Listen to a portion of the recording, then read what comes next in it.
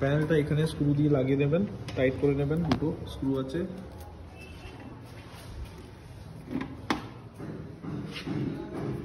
Wiring সব করা রয়েছে এখানে। এই তারটা খুলে দেবো আমরা, এইটা তো আবার লাগিয়ে দেবেন হিটারের তার।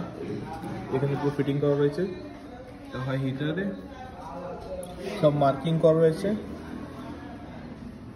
আপনার। এটা মেন লাইন যাচ্ছে, এটা আপনার এটাই ডাইরেক্টলি যাবে বোর্ডে, একটাই বোর্ড। মোটর সব করা রয়েছে, মোটর ডাইরেক্ট এখানে লাগিয়ে এর উপরে এই যে নাটটা আছে, এই নাটটা খুলে এর উপরে মোটর বসে যাবে আপনার, এর উপরে মোটর বসে যাবে। আর এখানে ডাইরেকশন ওয়াল রয়েছে, এর একটা লাইন হবে, ওইটা আপনাকে বলে দেবো কীভাবে করতে হবে। এটা করে নেবেন, লাইন এর মধ্যে জড়তে হবে।